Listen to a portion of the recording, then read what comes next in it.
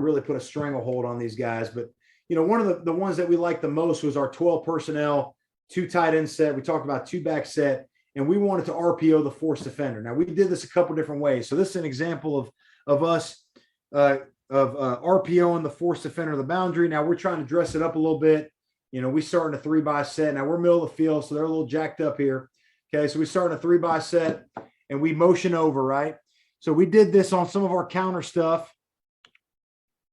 Okay, we'd bring a guy over. Now, the reason we would do this for a couple of reasons, we'd bring a guy over to maybe balance up a defense. Okay, you know, you're in 3-by-1 and hell, the backer shift over. Well, hell, you don't have great angles, right?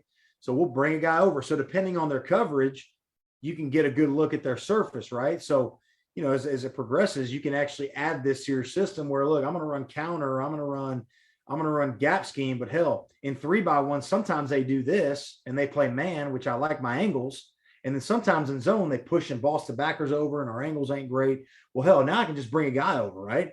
Bring them over, and what do those backers do? Well, hell, they just bounce right back up, okay? Just how you want them. They help the angle. So that's one of the reasons why we motioned some, you know, for backer alignment and leverage, but then also being able to get an extra blocker and then set up RPOs like this, right? Whether now we know the extra hat, if we run it to the short side of the field, okay, it's either going to be the corner or the safety. Well, he's taught to go MDM, right? So he's going to push. He's going to take the most dangerous out of these two. Well, in this particular RPO, we want him to push the force defender, which, you know, could be a couple different. Could be him in quarters, could be him in cover 2 or cover 3, whatever it may be. And we want to push at him, and now we want to throw the ball in the seam.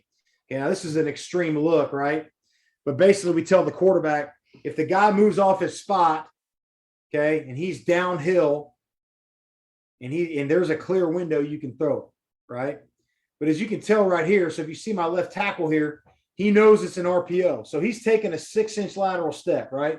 Okay, again, we talked about it. We don't want to overcook this thing on the backside of these RPOs for this reason right here. You overcook it, that defensive end gets an upfield jet. Now he's going to be hitting the quarterback in the backside. So what I like about this tackle is he's taking a quick 6-inch step, okay?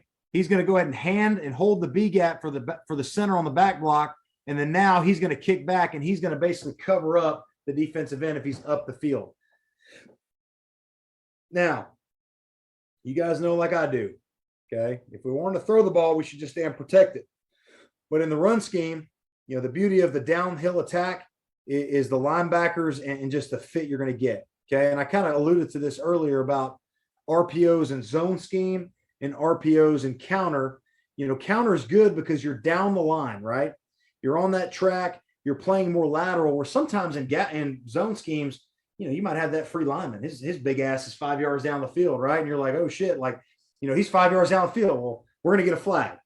We're on gap scheme. Your pullers are down the line.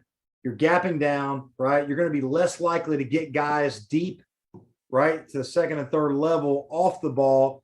And now you're able to kind of work angles where now you're going to get called for that. I know it's a little thing, but that's kind of where we were with that. That's a good example of the RPO there.